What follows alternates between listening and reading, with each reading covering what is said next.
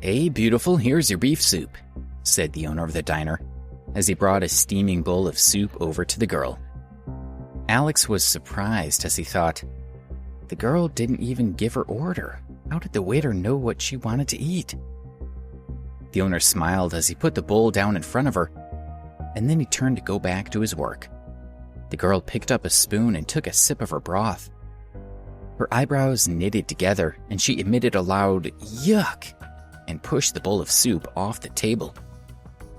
"What kind of soup is this? It's terrible.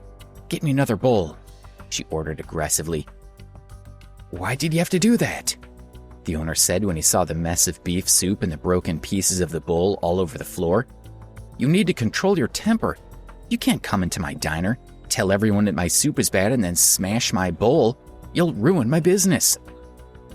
The teenager raised her gaze to look at the man as she said, "Are you talking to me?"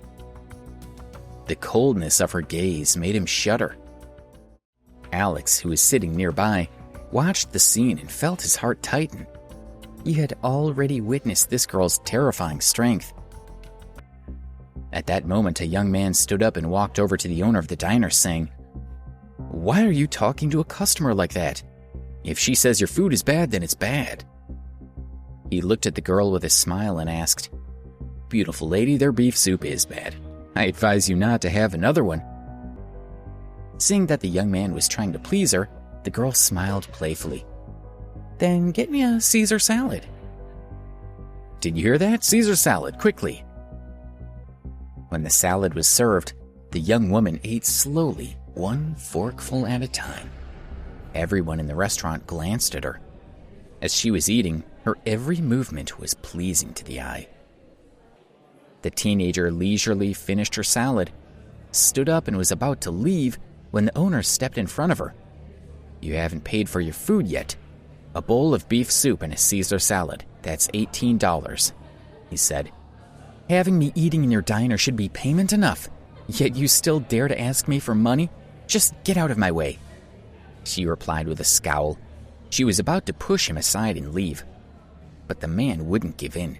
He remained standing in front of her and said, "Hey girl, where are your manners? What makes you so special that you don't have to pay for what you've eaten?" One of the other customers piped up, "Yeah, why aren't you paying for your meal? Which high school are you from? Didn't your teachers teach you any manners?" Another said, "She's so beautiful, but she doesn't have the slightest bit of class." The other customers in the diner also supported the owner. Although they found the woman attractive, they were still thinking rationally and felt that she should pay her bill. The girl's eyes swept across the crowd as she asked them, "And who exactly is going to make me do it?" There wasn't a shred of cowardice or panic in her voice. She seemed calm and determined. "Let me help her pay," he said without any hesitation, as he squeezed through the crowd and rushed in front of her. "It's only $18. I'll pay her bill and mine as well," he said to the diner owner with a smile. He transferred the money to him using his cell phone. "Is that settled now? Great, then we'll go," he said as he looked at the girl. She was observing him playfully. He smiled awkwardly and said, "Ma'am, I've paid the bill. Let's go." Alex had seen her as an old woman, so without thinking he called her ma'am. With a humph sound, the girl walked out with him. One of the customers muttered behind her as she left, "I can't believe that girl was so obnoxious. I blame her upbringing." With a puck sound, something hit his chest. With the other customers watching in fascination, the man pulled the thing from his chest and saw that it was a bead. "It's hers," he said, remembering that the woman was wearing a string of beads around her wrist and that this bead matched the others on her bracelet.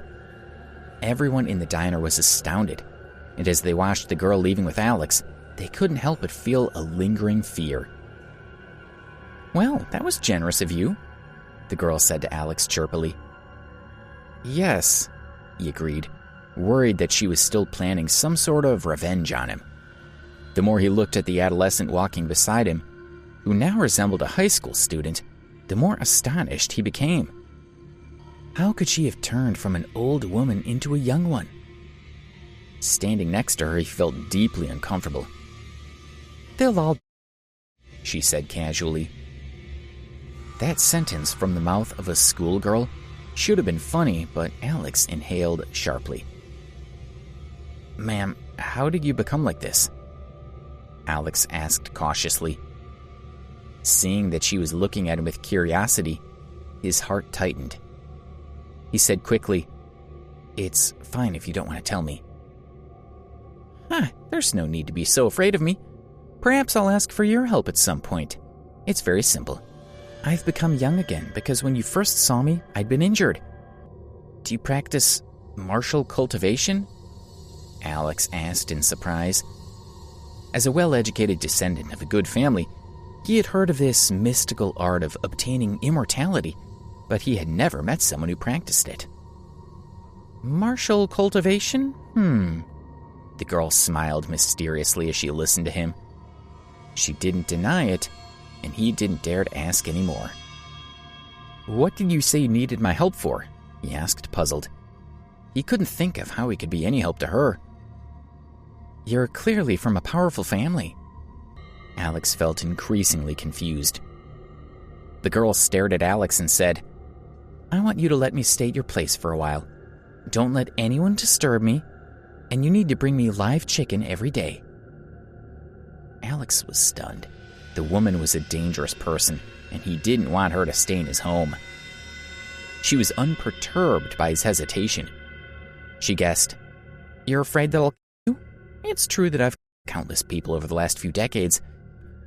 But I'll make you a promise. As long as you do as I say, I promise I won't hurt you." "Okay, ma'am, I'll do as you say," he replied. He didn't see how he could object. "Smart boy, Alex. Now take me to your house," she said with a smile. "So, you know that my name is Alex. What should I call you?" Alex asked. "Okay, since you want to call me something, you can call me Grandma," she answered calmly. Alex couldn't help but be embarrassed. It seemed that he had landed a teenage grandmother. Undoubtedly, this young woman was the elderly lady he had seen before. He had no choice but to find a cab and take Grandma back to his villa in Green Island Garden. On the way, they stopped to buy a live chicken as she had demanded. Once he had dropped her off, he wanted to go to the hotel to check on Vivian and Monica, but as he was leaving the villa, Carl Cooper called him. "Where have you been?" he asked. "I haven't seen you in the dorm for a few days. Listen, Ben's sister's coming for a visit. Why don't you come over and meet her?"